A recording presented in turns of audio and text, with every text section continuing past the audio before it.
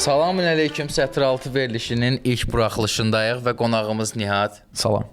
Nicat. Salam. O qonaq deyil, o hostdur. Və mən də Şamil, şad oldum sizi görməyə. Bugün məqsədimiz odur ki, Nihat. Nədir? Sənin influencerlıq və kontent bacarıqlarını marketinqi sındırmaq üçün birləşdirirsiniz. Bəli. Hal-hazırda yəni sosial media marketinqin çox gözəl sübutu kimi bir şeydir. Hətta mən deyərdim ki, kontentin marketinqin hal-hazırda çox böyük hissəsi olmağının səbəbi budur. Yəqin ki, fikir vermisiniz. Bir ideya, bir problem, bir həll və bir mesaja fokuslanan snack kontentlər deyirlər, atışdırmalıq kontentlər hal-hazırda daha çox viral olur və çox adama görünür. Nəinki hər şeydən danışdığın, hər şeyi doldurmaq istədiyin, dolu dediyin şey 100 baxır. Məlumat kirliliyi çox olanda. Çox kirlilikdir, çox beyin yorur və amma Azərbaycanda bunu çatdırmağa çalışırlar ki, bizdə bu da var, bizdə bu da var, bizdə bu da var. Olmasın. Görmüşsən hamısını görsün istəyirlər. Qlobal markalar bu baxımdan çox yaxşı işləyirlər.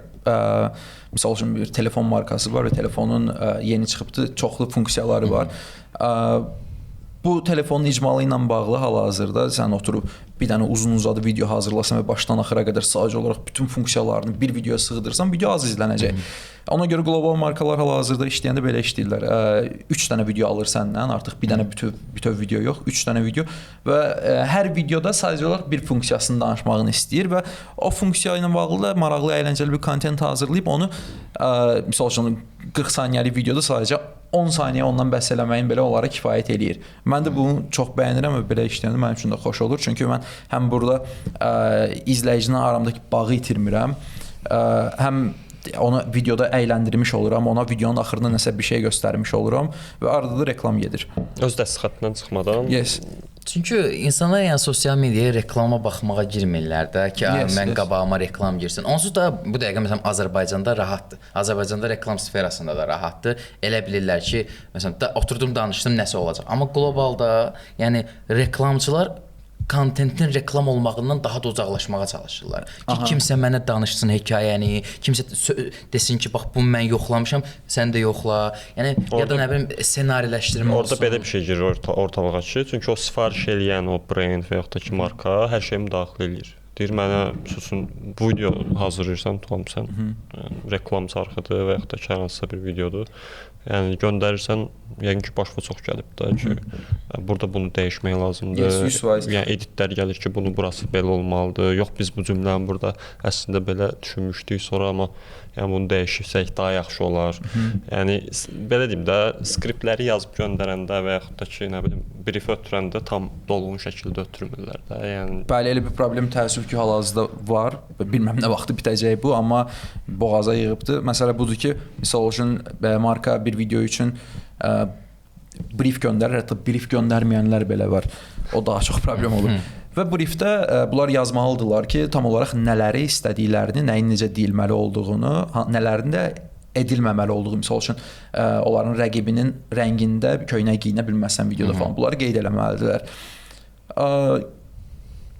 Və gedirsən, videonu çəkirsən, hər şey əladır, bütün briefdəki hər bir qanuna, hər bir guideline-a uyğun hərəkət eləmirsən falan filan. Video hazır olduqdan sonra müştəriyə göndərirsən və müştəri baxır orada deyir ki, ayda Nihat bəy, üzürlü sayın, bəs biz briefdə qeyd eləməyi unutmuşduq. O qlamur qız danışığı. ofis daxili. Accountment. Üzrlü sayın, bəs sloqan əslində dəyişibdi. Biz bunu sizə xəbər verməyi unutmuşuq. Briefdə köhnə sloqan qalıbdı.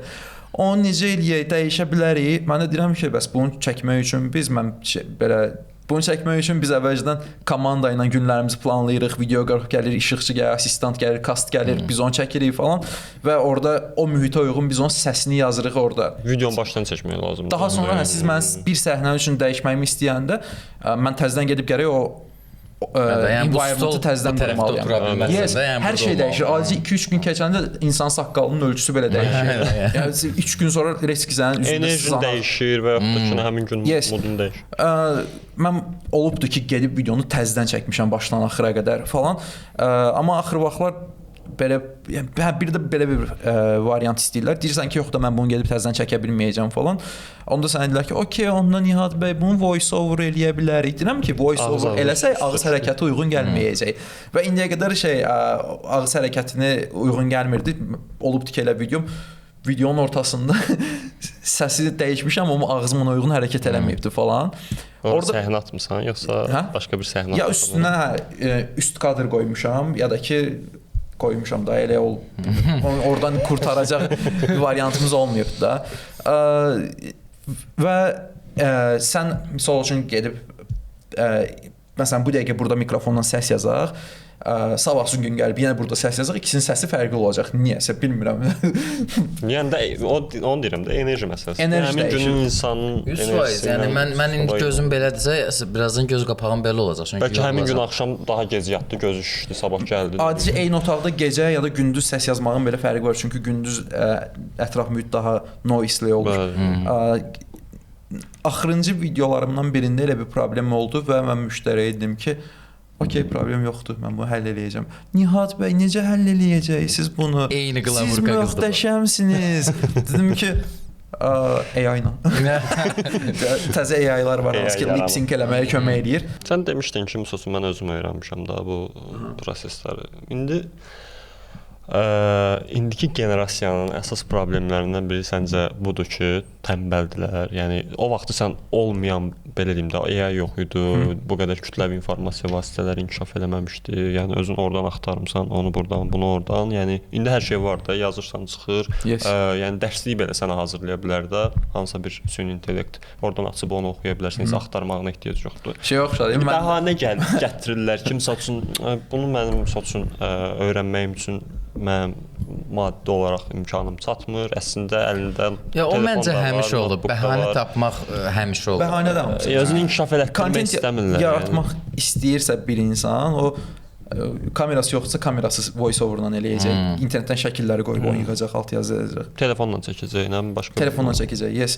Yəni onun milyon dənə çıxış yolu var. Heç mikrofonu da yoxsa AI-lara var ki, səs yaradırlar, yazacaq, mətni eləyəcək falan. Ya da kompüteri yoxsa telefonla eləyəcək. Telefonu yoxsa gəlib internet klubda eləyəcək. Yəni dostundan telefon götürəcək, nə bilim mən 1 saatlıq, 2 saatlıq ki, yəni getsin bunu öyrənsin də. Öyrənmək istəyən adam hər zaman. O qədər tanışlarım var ki, bunu eləyiblər.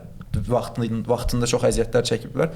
Daha sonra qazandıqları pulla artıq avadanlıqlarını alıb işlərinə rahat şəkildə davam edə biliblər. Mən düşünürəm ki, yəni çox düz deyirsən. Əgər bir adam məsəl üçün kontent yaratmaq istəyirsə, bu dəqiqə mən düşünürəm ki, ümumiyyətlə kontentdə də, musiqidə də nə qədər keyfiyyətli elədiyindən daha çox vibe-dır. Yəni çox keyfiyyətsiz görünən bir rakursla bir insanla eyni dalğa yaşada bilərsən də. Məncə kontent elə bir şeydir. Yəni çox keyfiyyətsiz görünə bilər video. Amma elə bir şey çatdıra bilərsən ki, baxan adamda ona rezonans yaradasan. Yəni və misal üçün mən fikir verirəm ki, sən o vaxtdan bəri kontentinin daha keyfiyyətli olmağına çalışmısan. Əgər sən o vaxt fokuslansaydın ki, mən prosta influencer olacağam, sən sadəcə influencer olacaqdın, amma kontentlərin keyfiyyətinə fikir verməyəcəkdin. Amma sən kontentlərin həm keyfiyyətli olmağına fikir vermirsən, ona görə öz üstündə işləmirsən. Hal-hazırda influencer olan o qədər adamlar var ki, kontentləri keyfiyyətsizdir, amma yəni baxışlar da yığır ha, o mənada yox. Yəni texniki olaraq keyfiyyətsizdir də. Amma yenə də məsələn adam influencerdir, pulunu qazanır, amma sən o vaxtdan bəri keyfiyyətə çox fokuslanmısan və hal-hazırda bu səni fərqləndirən faktor olub. Yəni bu cəhət çox maraqlıdır. Bu daha çox mənim özümün nə izlədiklərimlə əlaqəli olan şey idi. Çünki mən uşaq vaxtı oturub videolara baxanda mən videonun keyfiyyətinə görə seçirdim. Baxırdım falan YouTuberin kamerası da ayaqçısa, okey. Mən ona 1080p-də baxa bilirəmsə baxacam. Amma 480p video atan adama girib baxmaq istəmirdim. Bir yerdən sonra 4K çıxdı. Oturub ancaq 4K video paylaşanlara baxırdım. Çünki daha net görünür, daha qəşəng görünür, səs keyfiyyəti falan daha yaxşı olurdu. Həminki dövrdə amma sən o keyfiyyəti əldə etmək üçün mütləq kamera almalıydın və mən də ona görə kameradan yapışıb durmuşdum. Və belə oldu ki, mən kamera aldımsa artıq kameranın necə işlədiyini, onun funksiyalarını falan öyrənməli oldum. Paraleldə mənim videoqraf skilllərim inkişaf elədi. Amma son dönəmlərdə artıq influencerlığa başlayan insanlarda belə bir şey var ki, onlar elə bir dönəm başladılar ki, sən tək bir telefondan artıq zaten 4K videonu əldə edə bilirsən. HDR-ı var, qaranlıq yerdə zaten işıqlı görüntü çəkir. Və onlar buna ehtiyac duymadığı üçün kameraya keçmirlər. Kameraya keçmədikləri üçün o skilllər illərdə inkişaf eləmir. Sabahsı bir gün influencerlik dünyadan puf deyə yox olsa, onların paraleldə işləyə biləcəkləri heç bir peşə yoxdur. Amma mən misal üçün sabahsı gün gəlib dizayner də ola bilərəm, motion grafik dizayner də ola bilərəm, videoqraf da işləyə bilərəm ya da nə bilim tamam. İşini biraz garantiya, sığorta alırsan da yəni. Yes. Nihat, səndən maraqlı bir dənə sual soruşum. Azərbaycanda nə qədər baxış və followera sahib olan influencer olsam, şəhərdə gəzməkdən narahat olaram. O belə işləmir. Necə işləyir və? Yəni onsuz yaxınlaşmırlar ki. Hə, bizdə çünki insanlar yaxınlaşmağı Çəkinirlər. xoşlamırlar niyəsə. Yaxınlaşanlar da olur, amma misal üçün sən özündən götürsən, şəhərdə gəzirsən və hər gün Instagramda gördüyün bir bloger yanından keçdi, sən özün ona yaxınlaşıb Mən sözün yaxınlaşmıram, danışacaqsan. narahat eləmək istəmirəm. Bəlkə də adam şəxsi həyatında da bəlkə Amma Ronaldo gəlsə hamı qaçar. Ronaldo Yəni bu insan yaşamasın da onda. Mən başıma bu izləyicilərlə bağlı çox maraqlı şeylər gəlir. Hər gün bunu yaşayıram, amma bununla bağlı heç nə paylaşmıram deyə heç kəsin belə məlumat yoxdur ki, belə şeylər olur. Məsəl üçün mən metroya düşəndə, metroda qatarda vaqonda hamı mənə çönüb baxır. Mən utancımdan başımı aşağı salıram ki, mən xəcalət çəkirəm də, ay da hamı tanıyır falan da belə. Amma problem yoxdur mənim üçün. Mən okey metroya minirəm çünki bəzən daha tez çatmaq olur metroya. Adam özünü biraz. Ya da hansısa məsəl üçün random mən bu dəqiqə gedək birlikdə məhəllə arasından keçək, orada uşaqlar top oynasınlar falan. Mənə görən kimi qışqıracaqlar hamı ki, sən YouTube-a video çəkirsən, ay Nihat televizyon belə üstümə qaçırlar belə. Bir də görürəm başımdan belə bir sürü uşaqlar falan var. Özüm ona rastladım. Deyirlər ki, əmi şəkil çəkək. Birinci əmi olub-olmadığımı sorğuluram özüm üçün. İkinci deyirəm ki, okey şəkil çəkək. Hanı telefonunuz? Deyirlər ki, sən çək. Mən sizə necə göndərim? Bir nömrəmi verərəm. Məndən varsa telefon al. Mən səni evdə qoyub çıxırlar futbol oynamağa. Deyirəm ki, mən səni çəkib göndərə bilməyəcəm. Neyniyə falan. Deyirəm, mən nömrəmi vermək istəmirəm çünki uşaqları çox zəng eləyirlər. Mən də belə bir variant fikirləşirəm ki, okey, mən gəlim bir dənə selfie çəkim, story atım, oradan skrin eləyərsiniz. Maraqlı. Həmin anda follow yığır da. Bir də şey, misal üçün başıma gəlir, mən 2015-də falan YouTube-a video çəkəndə o vaxtlar məni izləmiş hansısa uşaq hal-hazırda, yəni 24-25 yaşında bir insandır və artıq o hansısa sahədə işləyir, çox maraqlı, zövqü yerində olan ağıllı bir insandır və mən görür belə, deyir, uydu, Nihat abi, mən səni bəs uşaq vaxtımdan izləyirdim, gəlir məndən söhbət edib və biz orada 20 dəqiqə falan çox xoş aramızda dialoq keçir. Bu hər dəfə başıma gəlir və mən çox xoşbəxt oluram ki, mənim 15 yaşımda ağlıma gələn bir random video atmağımın səbəbi, o səbəb olub ki, mən bu günləri belə insanlarla tanışıram və həminki insanlardan elələri də var ki, onlar artıq böyük yəni reklam sahəsində falan işləyirlər və mənə iş gətirə bilirlər.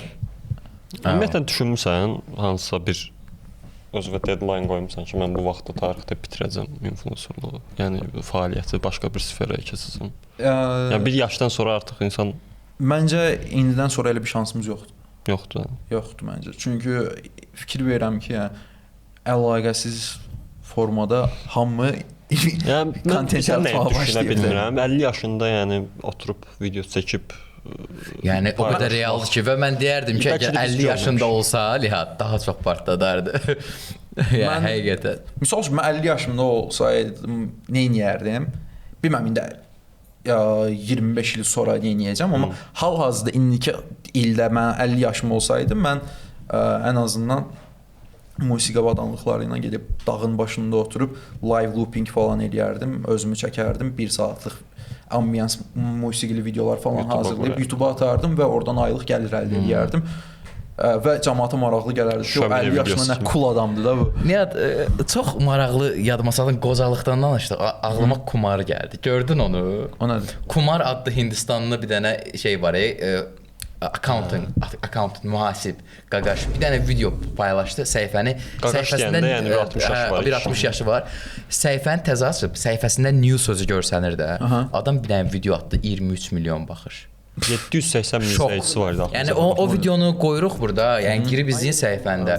Adam 782 min follower o videodan tutdu və ondan sonra bir dənə şəkil, 2 dənə video daha paylaşdı və hal-hazırda milyonlara yaxınlaşır yəni. Şok bir şeydir də. Yəni birinci videoda 23 milyon yığmaq nə videosu idi? Sadəcə deyir ki, bu hal-hazırda bütün maliyyə bürolarıma aiddir. Mən pensiyaya çıxmış bir dayıyam və gəlib sizin işinizi oğurlayacağam və bazarda ən yaxşı influencer, mühasib olacağam. Bu şəkildə deyir və bunu və araya kadrlar atıb belə aura salıb, alfa kimi və mahnı kadrları qoyub, axırda da arvadı gəlib belə edir. Şeydir, bu mənim ərimdir. populyar olmaq istəyir. Zəhmət olmasa follow atın və bum video qurtardı və 23 milyon baxılıb. Bütün hamı o trendə elədi, amma başa düşmədilər ki, orada tutmaq səbəbi onun pensiyaya çıxmaq olmağıdır. Qoca olmaq. 20 yaşında uşaq çəkir ki, bunu yəni necə pensiyaya çıxacaqsan? Yəni məsələ nədir? Yəni eyni şəkildə trend eləmirlər, amma orada əsas tutmaq səbəbi şeydir də, onun qoca olmağı, pensiyaya çıxmış olmağı, aura sahibi olmağı və sonda belə bir kadr atmağı ki, səmimiyyət qatır. Çox krutoy başlayır və birdən səmimiyyət. Görürsən onu planlı eləyib yoxsa plansız? 100% böyük komanda ilə eləyib onu. Mümkün deyil. Yəni o düşünülmüş brend. Adamın çəkilişinə baxırsan ki, digər postları da çox bir şey altındadır. Düzgün ardıcıllıqdadır və Azərbaycanda çox məsələn brend olmaq istəyən şirkətlər olur da. Ay rəngin belə olsun, ay bu belə olsun. Mən həqiqətən orada mən başa düşdüm ki, həm brend olub, həm viral olmaq mümkündür. Yəni çox real göründü də. Yəni məncə Nike belə elə rahatlıqla, yəni ilk videosunda elə bir şey nəticə əldə edə bilməz. Amma məncə orada biraz bazar fərqi də var. Yəni onu gətirib məsələn Azərbaycanda çəksən tutmaz. Yox, amma təbii ki, Azərbaycanda yarımlıq əhalisi var. Orada istərsiniz. Təbii ki, culture fərqi var, kultura fərqi var. Amma məsələn ingiliscə danışır da. İngiliscə danışır, Hindistanlıdır. Hindistan ilə ingilis dili o da təkan verir ki, qloballaşır. Bəli, çox təkan verir. Amma yəni şok bir şeydir və mən düşünürəm ki, qocaların belə kontent yaratdığı dövrdə yaşamaq xoşdur. Amma bu kontenti davamlı şəkildə scroll edən bir cəmiyyətdə yaşamaq pisdir. Mənim üçün də maraqlıdır. Görsən o cəhdlər eləyib daha öncə, yoxsa birincidən partlatdı. Biri özü eləməyib ki onu.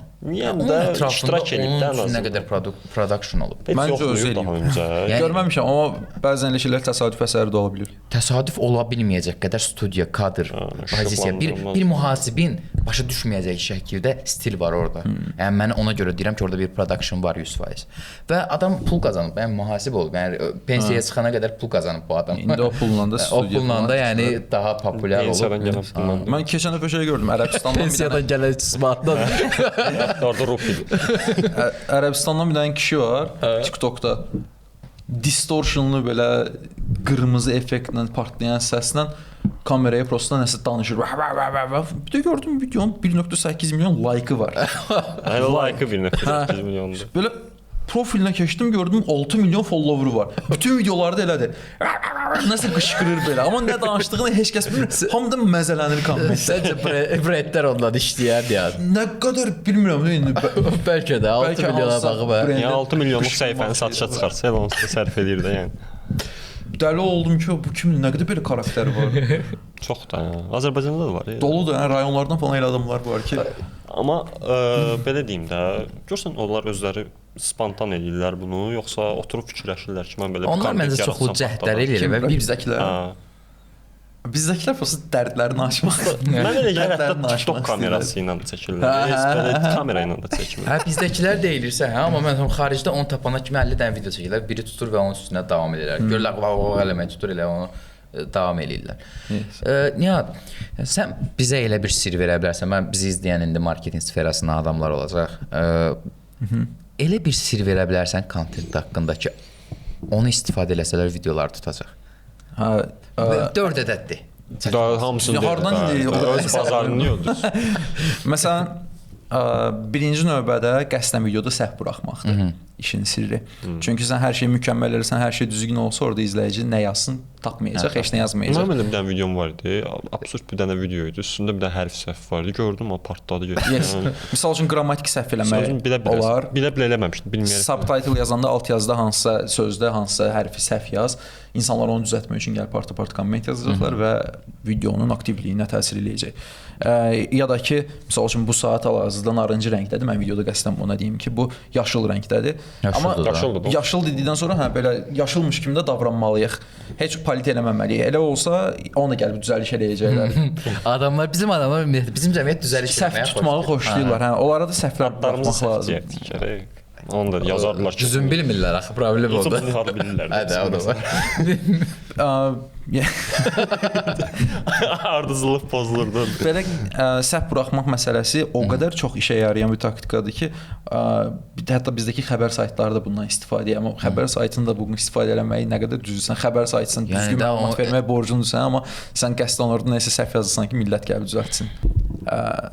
Görüntüyə baxanda insanların gözlərinin əsas birinci diqqət yetirdiyi kəsişmə nöqtələri var ki, mən montaj eləyəndə videoları ya da ki kameranı əvvəlcədən quraşdıranda çalışıram ki, videoda bu qədər space-imiz var. Orada izləyici hər dəfə baxdıqda gözü gah bura, gah bura, gah bura, gah bura, gah bura getməməlidir. Elə eləməliyik ki, onun üçün rahat olsun maksimum. Hər dəfə növbəti kadrda onu diqqətdə saxlamalı olduğu şey, yəni tək bir yerdə olaraq dəyişsin kadr. O ki, ətraf dəyişsin, amma misal üçün mən ona əlimlə bunu göstərirəmsə, növbəti kadrda bunu o nöqtəyə necəsə croplayıb gətirim qoyum ya da ki, mən dayanıb danışıramsa, mənim gözlərimin xətti həmin ki, onun olduğu pointdə olsun. Ki, gözünü oynatmasın adam, çünki göz yorulur. Gözünü yormayaq, və bir də platformanın oradakı ikonları görüntünün üstünə düşməməlidir. Safe zone qorumalıyıq və eləməliyik ki, mən orada bəlkə markanın loqosunu yerləşdirəcəm, amma like düyməsinin altında qalacaq, qalmamalıdır. Ona diqqət etmək lazım. Mən bir şey də araşdırmışdım, sən dediyin məsələ ilə bağlı ki, gözü oynamasın deyə. Əsasən nə edirlər? Subtitrları ya çənə altına, ya da çənə baş üstünə qoyurlar ki, göz hissəsinə baxanda subtitrlar uzaqda, yəni tez-tez dəyişməyəsən, subtitrə baxıb bir də baxmayasan. Mən subtitlın yuxarı qoyulmasına qarşıyam, çünki bunun adı alt yazıdır, bu altda yazılmalıdır.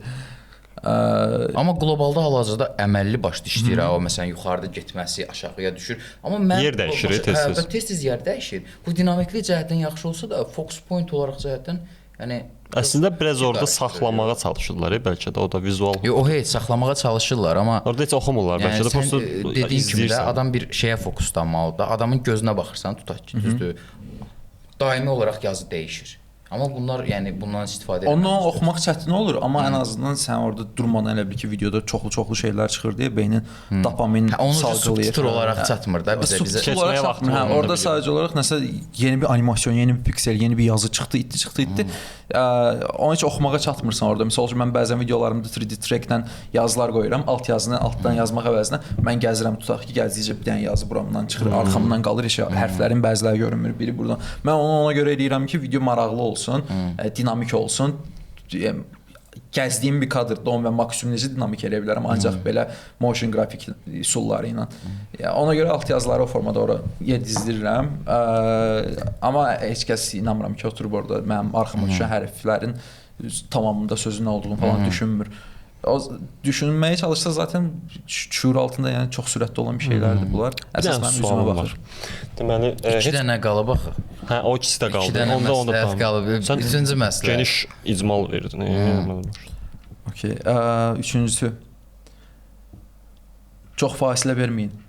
Çox fasilə vermək ziyandır, konkret ziyandır. Mən hər dəfə bunun bəlasına düşürəm. Elə eləmək lazımdır ki, daha çox kontent paylaşmaq lazımdır. Məsəl üçün bu lap əvvəl ayda bir dənə idi, sonra həftədə bir dəfə düşmüşdü. Həftədə 3 dəfə oldu sonra. Həftədə 3 dəfə oldu. Hər günə düşdü.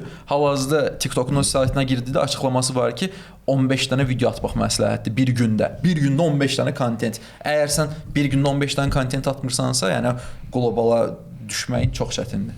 Orada videonun keyfiyyəti yəqin onun üçün önəmli deyil də. Məncə önəmlidir. Həm keyfiyyətli olmalı, həm qlobal düşməlidir. Və bundan əlavə də məsələn Instagram nisbətən TikToka nisbətən şeydir də, biraz mərhəmətlidir. Amma Instagramda belə gündə 2 dəfə video paylaşmağı məsləhət edirlər. Əvvəl platformaların alqoritması belə idi ki, sən bir gündə 2 dənə video paylaşsan, əgər birini çox izlədirdi, birini qəsdən öldürürdü, qoymurdu onu izlətmək və sən məcbur olurdun ki, o birini sabah paylaşasan. Hal-hazırda amma dəxlisi yoxdur. Yəni birini paylaş, bir saat sonra o birisini paylaş. Yəni o da düşəcək, bu da düşəcək keşfətə. Və çünki çox maraqlıdır ki, bu dəqiqə hər paylaşdığımız video eyni video belə Instagram və TikTok tərəfindən fərqli auditoriyalara göstərilir. Və o çox maraqlıdır. Amma məsələn Instagram niyə 2 dənə də saxlayıb? O da ilk followerlara göstərildiyi üçündür də. O da trial reels-i gətirdi. Onunla da non-followerlara çıxa bilirsən. Yes. Çox bir-birindən əlaqəsiz mövzularda video paylaşmayın. Elə videolar paylaşın ki, o videolar bir-birləri ilə ortaq nöqtəsi olsun. Misal üçün sorğu videosu paylaşırsansa, gələn həftə sorğu videosu çək, amma ola bilər ki, məzmun dəyişib, amma əsas odur ki, sorğu videosu ya da ki, sən filmlərdən danışan bir adamsansa, bugün filmlər haqqında danışsan, sabahları çıxdın, nə bilim maşın ustalığından danışdın. Onda algoritm çaş-baş qalacaq ki, sən həmişə kinolara baxan adamlara önəribdi, amma indi sən maşın videovu kinolara baxan adamlara önərirəm, onlar ona baxmaq istəmir deyə ortalama baxışı aşağı düşdü və sənə nə maşınına baxanlar sən baxmadın, nə də ki kinoya baxanlar videonun aşağı baxış gətirdi, qaldın ortada. Oldun hər Çox şey razıyam şünas. buna. Bəli, çox razıyam buna. Birinci də YouTube-da belə oldu. YouTube-da long form videolar çıxırdı deyə. Birinci YouTube başladı. O biraz əvvəl də danışdığımız bir dənə problemə köklənən elə video seçməlisən ki, bir videonu izləyən o biri videoda da öz probleminin həllini tapsın. Yoxsa yəni heç cürə şey olmur da. Bu marketinq tərəfdən də ki, bir segmentə girməlisən, o eyni mesajı dəfələrlə verməlisən ki, o adam səndə etibar yaratsın və sən o sferada fərqlənəsən. Burada o qədər çox faktor var ki, misal üçün əgər bir izləyici sənin bir videonu gördü, bəyəndi, o videoya oxşayan başqa videolardan üçün sənin profilinə keçid eləyə bilər. Amma sənin profilinə keçəndə görsə ki, sən bundan başqa heç elə video çəkməmisən, o sənin boş-boşuna profilinə keçib təzədən qayıdıb çıxıb gedəcək. Amma sənin profilinə girəndə görsə ki, orada ona bənzər başqa videolar var, başlayacaq onlara da baxmağa. Və sən artıq bu izləyicini daimi izləyiciyə dönüşdürmüş olursan. Amma hər şeydən paylaşsan, o adam hətta belə deyirlər. Məsəl üçün sən bir dənə anlatmalı olduğun bir video var. Sən onu totalda 3 dəqiqəyə anlatacaqsan. Ona görə part 1, part 2-yə bölürlər və 1 dəqiqə 30 saniyəsini paylaşırlar. Yarısını ikinci video kimi atırlar. Amma bunu ona görə eləmirlər ki, uzun videonu da tutmur. Əksinə ona görə eləyirlər ki, qoy bu adamın orada məlumat yarım qalsın və o part 2-sinə ehtiyac duyduğu üçün mən profilimə keçəndə o bütün olan datası hesablanır da, videodan nə qədər adam profilinə keçdi. Ondan sonra daha çox boostlayır profili. Və girdi ikinci videoya baxdı, artıq bu adam misal üçün 3 dəqiqəlik paylaşsa 100.000 baxış əldə edəcəkdirsə, onu 2 yerə bölüb 200.000 baxış əldə elədi. Instagram niyə 3 dəqiqədən yuxarı olan videoları ümumiyyətlə kəşfiyyata çıxartmır? Mənim o şeyə görədir. Instagramda əvvəl IGTV var idi və IGTV-də 20 dəqiqəyə qədər falan video atmaq olurdu. Daha sonra Reelslər gəldi. Onlar IGTV-ni ləğv elədilər. IGTV yoxdur hal-hazırda. Güya yoxdur. Amma sən hələ də uzun video ata bilərsən, 20 dəqiqəlik video ata bilirsən, amma o backgroundda proqramı necə yazıblarsa, gedir IGTV-yə düşür. Əslində IGTV var, amma prosta adı yoxdur, bölməsi yoxdur. Ona görə Reels kimi kəşfiyyata düşmür o. Onda kimin nə ilə lazımdır? Paylaşa bilirsən, amma önərmir heç yerə. Çünki önərilərdən ancaq Reelslərdir. Amma məsələn o 3 dəqiqəni kəşfiyyata çıxartmır məsələsində orada 3 dəqiqədən çox olan 3 dəqiqəni çıxarmır. 3 dəqiqə səbəb o şeydir, watch time-dır prosta ki, o 3 dəqiqə saxlaya bilsələr yenə də çıxacaq. Yox, onu demir. Misal üçün şeydir. 20 dəqiqəlik bir video paylaş, 20 dəqiqədə baxsın cəmaət. O video kəşfiyyata düşmür heç vaxt. Çünki o IGTV-yə düşür. IGTV-də elə bir yer yoxdur. Bildim, elə bir şey yoxdur və alqoritm onu qəbul eləmir. Böyük ehtimal belə olacaq da. Onu isə Reels-lə birləşdirəcəklər və bir yerdə sonra Reels artıq 20 dəqiqəli olacaq, mümkün olacaq. Bu vaxtlar yoxdur yəqin. Yox, bu şey olur. Yox, indi plusdan pul qazanmaqla məşğuldurlar. Instagram plusdan pul qazanmaqla məşğuldurlar hal-hazırda da görə. Nihat, Azərbaycanın bir çox marketinq komandalarına işləmirsən də, işlədiyin brendlərin böyük ehtimal marketinq komandası səninlə əlaqəyə çıxır. Spesifik olmadan marketinq komandalarında səninlə işləyən adamlarda səncə problemlər nədir o komandalarda, o məhsulla bağlı nələr düzgün getmir Azərbaycanda? Konfidensiallığı pozmadan. Mən ümumiyyətlə problemli adamlarla işləmirəm. Mən hal-hazırda işlədiyim agentliklər, tikib uşaqlar çox gözəl insanlardır və biz o qədər mükəmməl bir münasibət qurmuşuq ki, biz biraz korporativ söhbətdən çıxıb artıq bir dostumla söhbət edirəmiş kimi söhbət edə bilirik bir-birimizlə. Təbii ki, yenə də bəzi şeyləri aramızda saxlayırıq, pərdə var aramızda, amma misal üçün mənim bir dərdim olanda onlar bu dərdimi başa düşürlər və mən onu marka ilə aramda olan problemi həll etməm üçün əllərindən gələni edirlər. Yəni bu cəhətdən heç bir şikayətim yoxdur. Zordur bütün uşaqlar. Bir də görürsən heç tanımadığım bir agentlikdir, amma bunlar digital marketinqlə məşğuldur və influencerlarla falan çox işləyirlər deyə işi bilirlər də. Və bir-birimizi tanımasaq belə adamlar direkt belə eləyirlər. Nihat bəy filan marka var, sizə uyğundur? Deyirəm, hə uyğundur. Əla, brief budur, gedin videonu çəkə bilərsiniz falan. İdeya yazın. İdeya yazıram, atıram, təsdiqlənir.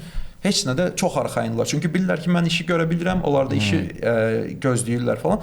Mən video hazır olduqdan sonra bunlara göndərirəm, axırda ödəniş alıram və sən sağ ol, səlamətdə, hər şey qaydasındadır. Alan razı, satan razı. Yes. Bütün söhbətdə olur online. Amma biraz işi bilməyən adamdırsa, ilk başdan cümləsi bu olur. Nihat bəy, salam. biz sizinlə görüşmək istəyirik. Bizim ofisimizə yaxınlaşa bilərsinizmi? O. Yəni adam ofisinə çağırdısa, deməli ənənəvi üsulla işləyir. Ənənəvi üsulla işləyən adam deməli reklam sahəsində biraz köhnədə qalıbsa bu billboard reklam agentliyidir. Gedirəm görürəm ki, belədir, nə bilim, 1000 illər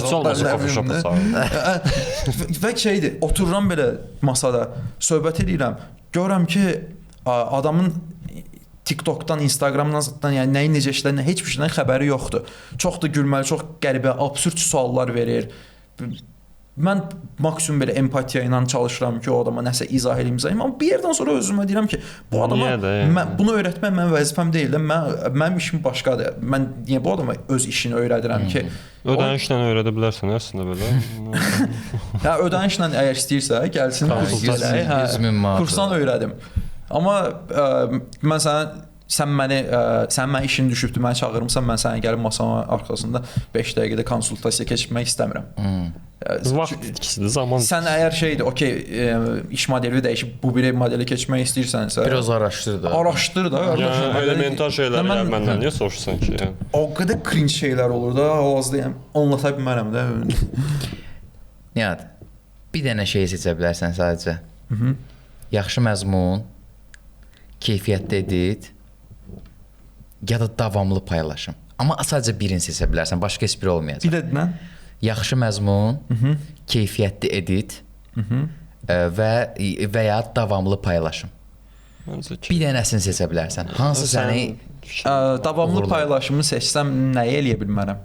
Obrisləri. Yaxşı məzmun və keyfiyyətli. Onda nə aidiyyatı olur, nə yaxşı tərəfi olur. Selfie kamerasını açıb paylaşacaq. Keyfiyyətlini seçsəm, məzmun pisdirsə o da işə yaramır. Onda qalır ortaya ancaq bir dənəsi məzmun. Məzmun yaxşı olmalıdır. Hə, onu seçərsən də deməli. Ayda bir dəfə paylaşma olmaz. Yəni yaxşı məzmun olsa, yaxşı məzmun var, amma ya onda da tez davamlı paylaşa bilmirsən. Hə, davamlı paylaşa bilmirsən. Həm də editin də yaxşı olmur. Edit də yaxşı olmur. Amma yenə də tutar məni. Edit olmasa belə sən mən montaj proqramı verməsən belə mən o kameradakı pauzaya basa-basa bir şeylər eləyərəm. Ən azından kadrı dəyişərsən də. Tamamadasan. Məzmunu seçərdim orada. Çünki əgər digərlərini itirirəmsə çox yaxşı məzmunum olmalıdır da mənim. Və sən mükəmməl bir məzmunun varsa ayda bir dəfə də video atsan hər şey qaydasında olacaq. Məsəl üçün Mr. Beast elə bax olur 3 aydan bir video atır amma hər atdığı video 200 milyon izlənir. Çünki məzmun daha yaxşı olur hər dəfə. O da əməlli başda əziyyət çəkir də. Orada edit də var. Amma 3 aydan bir paylaşanda 200 milyonu elə ki günlərə, həftələrə böləndə yenə ortalama digər YouTuberların izlənməsi qədər gəlir çıxır da. Yəni totalda baxırsan. Prosta o Mr. Beast olduğu üçün fikir versən hər videosunda milyardlıq aplikasiyalardan reklamlar götürür və sponsorlardan 5-6 milyon pul götürür və iddia edir ki 6 milyon pul götürürəmsə 5 milyonunu deyir videoya xərcləyirəm. 1 milyon özümə qalır. Amma elə bir iddiaya layiq xərc tökür məncə. Hə, 100% tökür. Məsəl üçün onun videolarında o partlatdığı adi dinamitlər falan filan çox bahalı şeylərdir. Bəzi videolarda görmüşdüm YouTube'da ki, onlar hamısı montajdır. VFX-dir. VFX hissəsi var, zaten VFX olan hissələr özü də açıqlamışdı və avtobus videosu var idi onun bir çuxura düşməyi. O VFX idi. Bir qədər VFX idi. Çuxur var idi həqiqətən, amma o qədər dərin deyil idi. VFX olan amma o da özü də xərcdir. VFX-də əziyyətli xərcdir. Yəni onun video editorları Azərbaycandakı 1500 manat alıb işləmir də. Yəni bir marka görmüşəm, məsələn, bəzi markalar səndən video çəkdirirlər. O videonu ödənişli reklamlara qoyurlar. Instagram üzərindən ya da Facebook üzərindən. Bir çox vaxtda onsuz kollab eləyirsiniz. Onlardan aldığın effekt, yəni əsasən bunu ödənişli reklama qoymaq səbəbləri nə olur? Daha çox baxış, engagement, yoxsa elə mesaj reklamlarına və s. qoyulur ki, müştəri cəlb edəsinlər? Nətər olur səndə əsasən? Nəticələr necə olur? Məsələn, reklamda nəticələr necə? Ümumiyyətlə, reklam elədiyi brendlərdə, yəni o qədər mesaja tələbatı olmamalıdır. Yəni, böyük brendlərdə elə bir addım atsınlar ki. Hə, niyə məsələn reklama qoyurlar ödənişlər? Mən açığı çəkdiyim videoların reklama qoyulmasına çox qarşıyam. Çünki zaten o videonun reklama qoymasız o zaten izlənəcək. Amma və bunun bir digər tərəfdən də mənfisi var ki, profil çox reklama qoyulanda pulla artıq o orqanik izlənmələrinə təsir edir. Bunun da səbəbi odur ki, pulla reklama qoyduqda insanların qabağına o sponsor təqi ilə çıxdığı üçün o videoların tez keçirlər və ortalama izlənmə müddəti aşağı düşdüyü üçün sən artıq Instagramda ya da TikTokda biraz fərqlidir. Instagramda növbəti video izləyəndə əvvəlki videonun ortalaması azdır. Artıq təzə videon da az yönəlməyə başlayır. Bunun lord dillə desək, elə bil Instagramı sən pula dadandırırsan, çox pullu izləyirsən, ona artıq pul verməyəndə o biraz əsəbləşir ki, sən pul vermirsən, izlətməyəcəm. Sən pul. Amma əslində mən o faktora inanmıram, düzünü desəm. Yəni ki, Instagram deyir ki, bu adam onsuz da pul verir ki, mən bundan pulu sovurum, organikini öldürürüm. Əslində mən onun real olduğunu düşünmürəm. Əksinə nəyin real olduğunu düşünürəm. Məsəl üçün biz onu reklama buraxanda onun alqoritmi o baxışları və s. artdığına görə və növbəti orqanik video həmin effekti vermədiyinə görə çaşbaş qalır ki, deməli bu ikinci video bəyənilmir də, əvvəl kimi effekt verməyirsə. Məncə elə deyil. Sən deyirsən ki, əvvəlki reklamla çox izlənir deyə, sonrakı artıq orqanik az izlənəndə onu o çox ədirib çatdırır. Amma kontent əgər yaxşı deyilsə, bu keçərlidir. Məncə elə deyil. Məncə reklama qoyulan videonun ortalama baxışına ölçsən, reklama qoyulan videonun ortalaması çox aşağı olur. İzlənmə müddəti. İzlənmə müddəti çox aşağı olur və ona görə məncə profilə ziyan vurur, növbəti videolarda artıq az izlənməyə başlayır. Okey, belə deyək onda. Deməli mən reklamı videoya qoyub 15 saniyə izləməyə hədəfləsəm, elə reklamlar var da, deməli onda heç bir problem olmayacaq. Qoya bilirsən 15 saniyə. True play olur, 15 saniyə. 15 saniyə izlənməsə pul çıxılmır onda. Yox, necə olur? Ona hədəfləyir və ən çox kütlə, optimizasiya elədiyi kütlə, 15 saniyəsini minimum izləyən kütlə. Ortalamasını elə çıxardır. Bəli. Bəs həminki kütlə ona komment yazıb like atır? Reach reklamında qoya bilirsən? Yox, engagementdə. Olmur da. Boş izlənmədir də. Bomboş izlənmədir. Yes. Bax, mənim işlədiyim markalar mənim videolarımı demək olar ki, bütün üsullarını, eyni qədər fərqli üsullarını reklama qoyublar və mən hamısının nəticəsini bir-bir baxıb analiz eləməyə şansım olubdu. Və mən hər dəfə onlardan söhbət eləyirəm ki, uşaqlar pulla reklama qoymayın. Çünki mən kontentimə çox əminəm. Mən bilirəm ki, bunu normal paylaşıb 2 gün gözləsək, bu 2 gün ərzində zaten kəşfə düşüb çox qəşəng izlənmə əldə edəcək. Heç bir həftə, bir ay gözlə. Yəni hara qaçırsan ki? Amma siz bu videonu paylaşan kimi reklama qoyursunuz. Bu zaten gedib o kütlənin qabağına çıxacaqdı, amma sən bunu reklamla getdin, onu göstərdin. O adam bu videonu hər dəfə storyləri sürüşdürəndə 3 saniyə gördü, heç axırına gəlib çatmadı falan filan. Bəlkə də o videonu doğrudan axıra qədər izləyəcək adam, sən belə soxdun onun gözünə falan. Reklam kimi görəndə adam biraz fərqli algı. Problem yaratdın da. Və sən zaten mənə ona görə seçirsən ki, mən sənə produktu reklam eləyim. Burada reklam eləyən mənəm. Amma sən təzədən gedib Instagrama niyə pul verirsən ki, bunu reklam elə?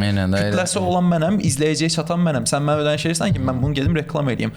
Onda sima olaraq istifadə göstərirlər səbəb olaraq. Mən orada onu elə başa düşdüm ki, sən mənə bəzi markalar mənə sadəcə sima olaraq istəyirlər. Onda da çəkilişi özün elə, sima olaraq gəldim, çəkilim də, yəni sənin öz kontentin. Yes. Prosta çəkilişi özləri eləyə bilmir, montajda özləri eləyə bilmir.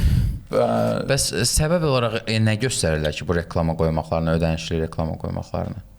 Satış çoxalsın. Bilmirəm. Demirik, yəni gözləyirlər. Məncə satmır. Söhbət budur. Onların hovuzunda bu qədər pul var və ilin axırına qədər bu hamısını xərcləməlidirlər. Hara xərcləsinlər? Günlük bir büdcəsi var, rublük, aylıq. Həmin büdcəni onsuz da xərcləməliyik, nəyə? 100% xərcləməlidirlər. Getsinlər 10 dənə daha bloger. Və belə bir şey də var. Keyfiyyətli kontenti ümumiyyətlə reklama qoyanda, engagement kimi və yaxud da hansısa bir dark post kimi daha çox izlənir, daha çox bəyənmə gəlir, daha çox müraciət gəlir. Bu insanlarda elə başa düşürlər ki, bizim əlimizdə keyfiyyətli kontenti, gəl bu kontenti reklamda istifadə edək, uğurlu olacağına əmin olurlar da. Ona görə yəni istifadə edirlər, mənə elə gəlir. Çünki digər kreativləri test eləmək istəmirlər. Və yaxud da ki, ümumiyyətlə kreativlər o qədər zəifdir ki, reklamda nəticə vermir. Son ümid yeri kimi Nihada müraciət edirlər ki, sən bir dənə video çək ver bizə, sonra reklamda bir nəticə əldə edək də. Elə ola bilər. Söhbət belə ola bilər ki, hətta olubdur. Bir markam var. Onlar özləri kontentlər işləyirdilər, komanda qurmuşdular, videoqraf götürmüşdülər, bir dənə də aparıcı qız götürmüşdülər və ona videolar yazıb özləri çəkdirirdilər. O videolar çox pis alınırdı, heç keyfiyyətli, maraqlı alınmırdı və bir yerdən sonra onu dayandırdılar və mənlə əlaqə saxladılar ki, Nihat, biz zaten səndən filan qədər video alırdıq. Biz daxili yaratdığımız komandanı ləğv edirik, artıq o videolarda sən eləmək istəyirik. Bir var ki orada getsinlər 3 nəfər ödəniş eləsinlər. Bir də var ki, bir də mən ödəniş eləyir. Mən həm özüm çəkirəm, özüm montaj edirəm, simada özüməm, hər şey. Həm daha əl verir onlara, həm də ki, kontent də yaxşı olur da. Əynindəki paltar neçəyədir seriyan var, sosial şəbəkələrdə paylaşırsan. Orada yaşadığın ən maraqlı hal nə olubdu? Özü çoxlu qızlar iştirak edirdi, yəni. Xanımlar iştirak edir ən çox da. Məsələn, onların neçə olubdu ki, qardaşı və yaxud da ki, yoldaşı yıxsın sənə desin ki, bu nə videoda paylaşmısan, sil bunu, yəni şikayət eləyəcəm səni, vəbşə hardasan sən, gəl, falan yerə gəl. Özü səbəbli şəkildə qızlar iştirak elədiyini demirəm də. Mən düzdür, artıq illərdir ki, əynindəki paltar neçə idi deyən qaqaş kimi tanırım, amma əvvəldə misal üçün nənəsi ilə video çəkən qaqaş idim, ondan əvvəl vlog çəkən qaqaş idim falan. Hər dəfə fərqli dönəmlərdə fərqli trendlər yaradıram deyə o trendlərin adları mənim üstümdə qalır. Əynindəki paltar neçə idi seriyasında sən demə artıq mən bir 4 il falan çəkirəmmiş. Onu da keçən bir fərqinə vardı. Mən elə bilirəm hər 1 il falandır mən onu çəkirəm. Hər dəfə də baxıram izlənir, normal izlənir. Çox da qəşəng izlənir. Hətta mən onu elədikdən sonra mənim kopyalarım yaranmışdı. Şəhərdə insan qutaracaq. Rayonlardan falan nə bilim başqa hamının əynindəki paltarın qiymətini bildirir. Hamı başladı elə bir şeydir. Mənim çəkdiyim bir akım yarandı. Akımı davam elətdirməyə başladı falan. Çox maraqlı təcrübə idi. Riski markalarından sponsorluq təklifi gəlib. Gəlib mənə deyəsən 1-2 dəfə olubdu. Bir dənəsi var, reklam eləmişik. Backstage-ində Şamil də var idi və həminki bölüm ortası 2 milyon, 3 milyon izlənibdi. Organik 2-3 milyon bir markaya onun da ciddi səbəbləri var idi də. Bir markaya organik 2-3 milyon baxış vermək yəni möhtəşəmdir də. Əməkdaşlıq edir. Onu da gec paylaşmışdıq hə deyəsən. Bir il sonra paylaşdıq onu. Mən prinsip edirəm. Mən bildiyimdir. Yo, sən görməmisən. Sual nə idi? Niyə qızlarla çalışırsan? Xanımlarla olan videolardan sonra sənə problem yaşadıbmı? Onların ailə üzvləri, qardaşları, yoldaşları? Əynindəki paltar neçəli videoları ilə bağlı heç bir problem olmayıbdı. Çünki həminki videoları çəkərkən mən insanları çalışıram diqqətlə seçim ki, o insanlar üçün həm video çəkilmək xoş olsun, həm də müəyyən mental gücə sahib olsunlar ki, mental gücə sahib olsunlar ki, sabahsı gün orada kommentlər falan gələndə onları qəbul edə bilsinlər. Mən çəkməzdən və videonu soruşuram ki, bəs bir şey ola bilər də ki, sizə mənfi rəylər gəlsin falan, bu sizin üçün okeydir. Mən bilirlər, hə okeydir, problem yoxdur, paylaş falan deyirlər. Dünəndən hazırlamışam. Amma bəzən elə olubdu ki, biz videonu paylaşmışıq, paylaşandan sonra insanlar ciddən çox pis rəylər yazıblar ora. Bu da əslində mən razılaşmıram oradakı pis rəy yazan insanlarla. Çünki çox qəribə insanlar var. Elə insanlar var ki, nə bilim hansısa kurtkanın 200 manat olduğuna inanmaq istəmirlər, inana bilmirlər. Amma mal burada da qardaş. Get mola gir, malda görəcəksən 200 manata da var, 500 manata da var kurtka. Onlar inanmaq istəmir ki, onlar moldan alır da. Bəlkə trend yoldan alır. Nə bilim başqa bir saytdan. Trend yolda da sən 200 manata da 500 manata da kurtka tapa bilərsən yəni. Kurtka demək gödəkçi üçün də. Gödəkçi üçün yəni 200 manat kifayət qədər yaxşıdır. Normal bir məbləğdir. Mənim kurtkam 700 manat. Başladım bir o insanların profillərinə girib uzun müddət baxmağa. Gosportdur bu arada. Gosportun tərkibindən bu tip komment yazan insanlar ümumiyyətlə belə insan sərraflığı eləsə hansı tip insanlara oxşayırlar falan. Mən gördüm ki, onların çoxusu Bakıda yaşamayan insanlardır. Hansı kənddə falan yaşayırlar, ömürlər boyunca heç bir dəfə olsun mola girməyiblər. Ancaq bazar yerlərindən paltar alıblar və ona görə onlar inanmaq istəmirlər ki, həm molda belə bu qiymətə paltarlar alına bilir və onlar Adidas kimi görənlər desəndə kommunikasiya bacarıqları da çox az olduğuna görə onlar normal insan kimi ünsiyyət qura bilməyib öz ifadələrini çox pis şəkildə tökürlər kommentə, ağıllarına gələni yazırlar. Kin nədən qaynaqlanır ümumiyyətlə? Yəni insanlarda bir qəribə kim var? Çünki o fikirləşir ki, aylıq maaşı onun bəlkə də 500 manatdır, amma kimsə 500 manat kurtkaya pul verir, onu qəbul eləmək istəmir. Halbuki mənim ətrafımdakı dostlarımın hamısı zaten yəni o qiymətdə ortalama geyinirlər. Şamil 700 manatlıq kurtkası var. Mən özümdə də misal üçün 800 manatlıq ayaqqabı var yadıma. İndi bir hamısını açıqlamaq biraz şeydir, dəxilsizdir. Maşınla başla. Əynindəki paltar neçə? Maşını dinləyir. Hədiyyə veriblər mənə, o deyir sən videoları. Bu hədiyyədir. Elə adam olubdu ki, pulu ilə aldığı şeyi videoda hədiyyə demək məcburiyyətinə qalıb. Çünki istəmir ki, sabah gün gəlib ora pis komment yazsınlar. Və yaxud da ki, çox ucuz olub qiyməti ola bilər ki. Yo, baxırsan görürsən də bu keyfiyyətli, bahalı maldır, üstünə etiketi zadı var və az gəlirli insan misal üçün 10 manatlıq kurtka aldıqda videoda onu 500 manata almışam demək istəyir, amma reallığı var. Amma 500 manata kurtka alan adam videoda demək istəyir ki, 100 nə manata qiymətini almış, hədiyyə veriblər, yəni. filan getsin falan, belə şeylər eləyirlər falan. 15.000 manata səpi göstərən var idi. Misal üçün bir videom var, videodakı xanımın zaten 500 minlik maşını var, real fakt olaraq var. Və 25 min dollarlıq diamond qızıl səpləri zadı, səpi var. Brilliant zadı. Çantasının qiyməti 6000 manatdır, ayaqqabısı 3000 manatdır falan filan. Yəni xoşlayır da, pulu var, alır. Kim nə deyə bilər ki, onun üçün də həyat belə xoşdur. Amma heç kəs kommentdə inanmaq istəmir. Yəni bu insanı biz bilirik. Ancaq bank hesabını açıb göstərsə bəlkə onu da. Hə, bu insan ən azından belə şəhərdə yəni həmişə gördüyümüz və bu insan yəni faktiki olaraq görürük ki, bunları ala biləcək imkanı gücü var da, imkanı var, yəni niyə almasın? Amma kommentdəki onu bilmir axı. Nə bilim hansı bölgədən bir insandır. O elə bilir ki, fake atır. O çünki ancaq Bujtere mağazasında görübdü o şey. Öz ağlındadır. O da olsa elə eləyərmiş. İnsanlar özü kimi görür bəlkə də qarşısındakı insanları, ona görə elə fikir qəbullana bilər. Yes. Ki mən olsam belə deyərdim orada. Bu da 100% mənim fikirdədir. Belə deyil, gəl mən bunu burada. Hər öz daxilində özünün olduğu kimi düşünərək nəsə yazır. Əynindəki paltarın neçə seriyasında uzağı elə pis komment gəldikdə maksimum yəni filtr qoyardım. Videoyu çəkdiyim xanım mənə yazıb xahiş eləyibdi ki, Nihat bəy bəs kommentlərdə görürəm artıq xoşuma gəlmir. İmkan varsa kommentləri bağlayardınız ya da silərdiniz pis kommentləri. Mən də orada elə vaxt olur ki, 1000-2000 komment gəlir, mən hamısını bir-bir seçib silməyə vaxtım olmur. Elə olanda bütöv hamısını bağlayıram, daha heç kəs heç nə yaza bilməsin və problem çözülmüş olur. Amma mənim bir seriyamda var, hansı yemək istəsən alıram. Yes, yaxınlaşıram insanlara və soruşuram ki, misal üçün burada yarım arkada hansı yeməyi bir dəqiqə ürəyindən keçirsə, onu sən alıb hədiyyə eləyirəm. Həminki seriyaların birində, bir bölümündə belə bir problem yaşamışdım ki, 2 dənə xanım var idi, bacılar idi, bunlara yaxınlaşdım və soruşdum ki, birinci icazə aldım. Mən belə bir kontent çəkirəm, göstərdim. Bəs sizlə də çəkməyimə okey olarsınız. Onlar dedilər ki, nə gözəl, siz doğrudan bizə yemək alacaqsınız falan. Deyirəm, hə alacağam, burada nə var ki? Deyirəm, hə okey, əladır, çəkək falan filan. Neçə vaxtı orada bir şey var, waffle var, onun dadına baxmaq istəyirdim, onu alarsınız. Ya Allah göndərdi.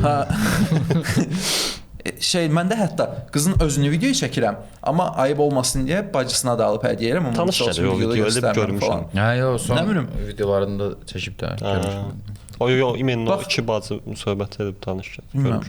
Silməmsən videonu? Silmişəm. İndi onu açıram da, niyə spoiler verirsən? Bax, hər şey zordur, mehribançılıqdır, deyirik, gülürük, videonu bitirmişik və mən onlardan icazəni almışam. Çəkmişik hər şey. Mərifətli şəkildə sağollaşmışıq falan. Və hətta icazə alanda da kadrını çəkmişəm ki, siz bu videonu çəkib paylaşmağıma icazə verirsiniz. Öz dili ilə deyir ki, hə, deyirəm sadəcə hə deməyin. Bütöv cümləniz zəhmət olmasa deyə bilərsiniz. Mən bu videoda iştirak eləmişəm öz istəyimlə və bu videonun paylaşılmasına icazə verirəm falan filan. Bütün belə bunları dizdirəm, çəkirəm. Deyirəm, hə, işte bu sabahsı gün hüquqi tərəfdən problem yaşamayaq da, mən bunu çəkməliyəm falan. Deyir, okeydir mənim üçün falan. Gəldim evə montaj elədim, paylaşdım. Videonu paylaşdığım gecə 400 min baxış gəldi. Sabahsı gün 800 minə qalxdı video. Və video partladıqdan sonra bir də görürəm ki, inboxuma qız mesaj yazıb ki, özdə yazıb, bacısı da yazıb. Mesaj yazıblar ki, görməzlikdən gəlir. Sizə görə mən problem yaşayıram falan filan. Sən demə bu evə gedib çatdandan sonra yadına düşüb ki, sənin bunun evdə yoldaşı var imiş və o yoldaşı belə videoya çəkilməsinə icazə verməz imiş.